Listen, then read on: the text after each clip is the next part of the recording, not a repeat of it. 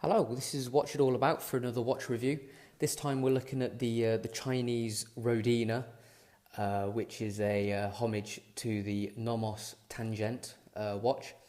Very Bauhaus inspired design, and it is practically a direct copy of the design of the Nomos. But it is only $120, which is quite a good price for the spec of the watch itself. So firstly, there's not many watches in this style, so unless you are going to spend thousands on a German or Swiss made watch, this is a very good watch to decide if you like the style. It has a Sapphire Crystal and also a Seagull ST17 movement, which only runs at 6 ticks a second or 21,600 beats per minute, but it is very sturdy, reliable automatic movement, and it has gained a lot of trust in the watch enthusiast circles. As you can see, it comes on a leather strap as well. We'll go into that in a little bit more detail in a short while. So let's take it off and have a closer look then. So just get focused. Okay, so first of all, the Bauhaus design is very simple, with these very recognizable numbers every 2 hours. The font is definitely easy to recognize.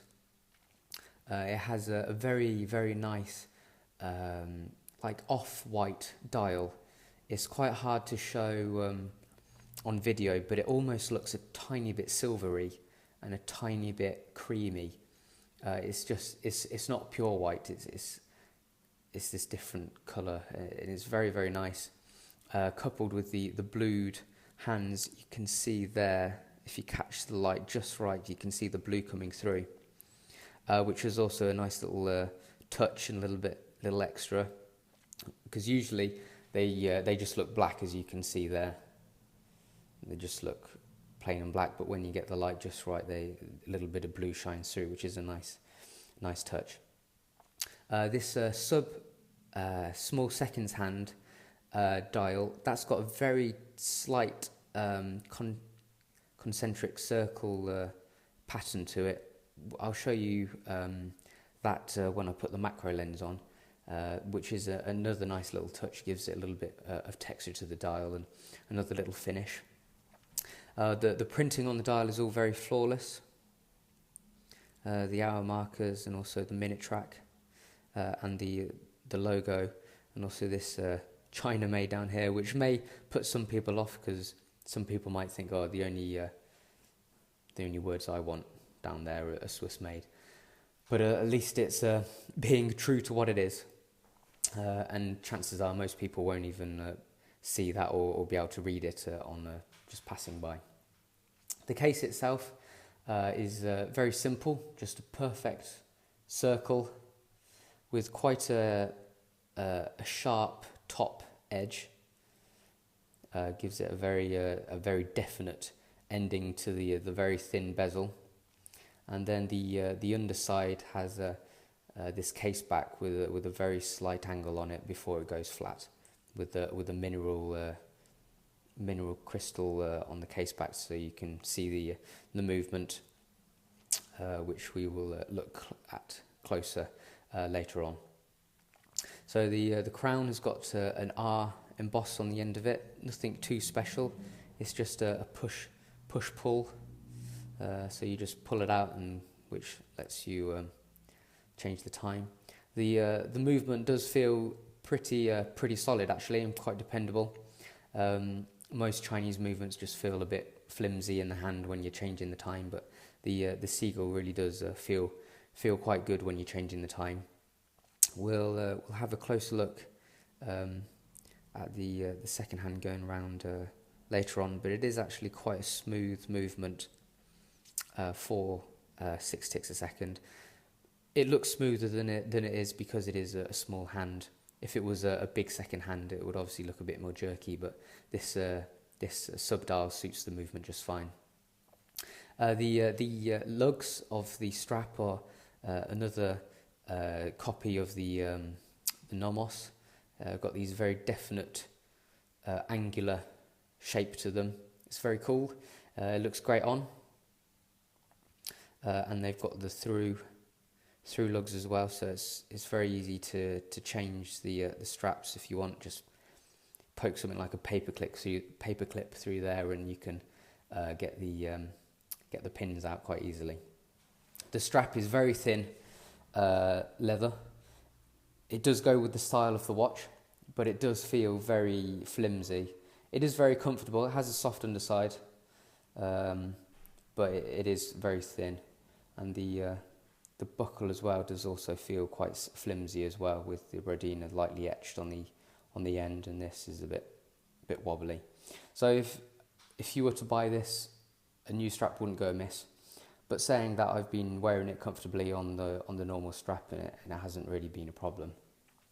I will say though that if you have got a particularly large wrist, it probably won't fit you, because I've got a fairly average wrist and I'm halfway through, which is very unusual for me.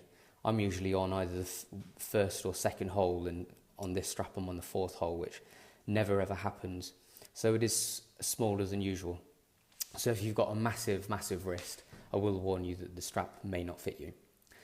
So when you're wearing it, it looks very classy. It's very light. It looks great on.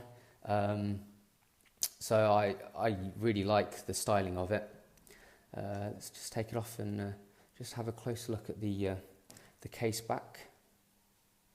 So we have some details around the edge. We've got Rodina, 5 atmospheres, water resistant, automatic, R005 and stainless steel.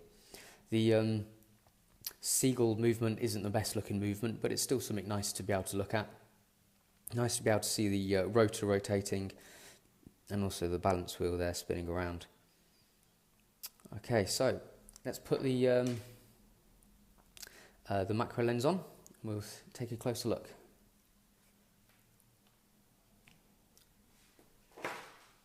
Okay, so first of all, let's have a look at the small seconds subdial. You see the concentric circular pattern, gives it a nice little extra bit of depth. Let me just wipe the crystal. And the blued hand as well. The hands are very thin, but very nicely made. No flaws to them at all. You can see the slightly silvery colour of the dial as well quite well. There's the printing of the logo. And then these are the hour markers, which are black ink.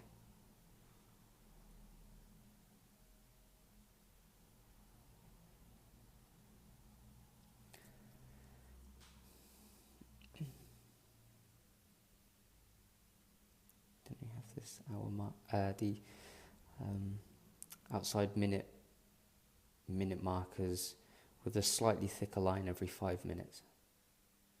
And you can see the outside bezel. It's only about 1 millimeter wide, with a very sharp outer corner. It's not necessarily sharp, but it's very it's not curved at all. So then we have the crown, the R embossed on the end. And if you pull it out, it's not a screw-in crown, so it's just push and pull.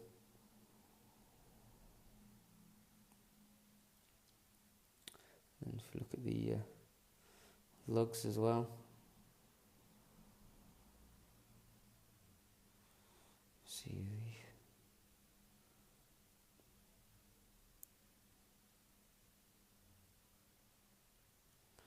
then the screw-in case back with the movement, the rotor with this quite nice finishing.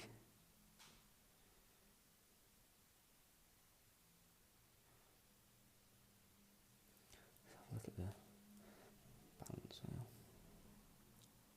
Spinning around, having a good old time there.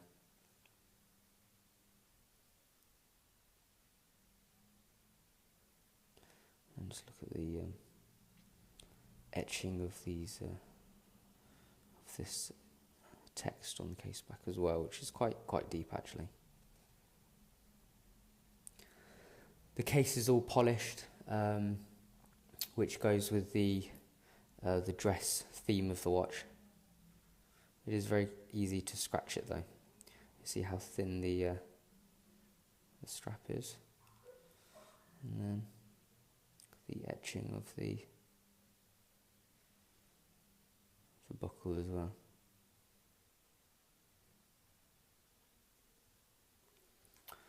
Okay, so for $120, it is a very, very nice watch, which you can't really get a similar watch for it, similar watch to it for a similar price. So if you are really into the Bauhaus design and really want something that looks like this, I would recommend it because it's only $120, and that includes delivery, and that's from Good Stuffs, the website, which is where I got this watch from. And I just think it is a very well made watch. You'll probably want to change the strap, but for the price, with a sapphire crystal and a good solid dependable movement and really nice styling, it is a good watch to have. Okay, so that's what it's all about, and this was the Rodina Nomos Tangente Homage watch review.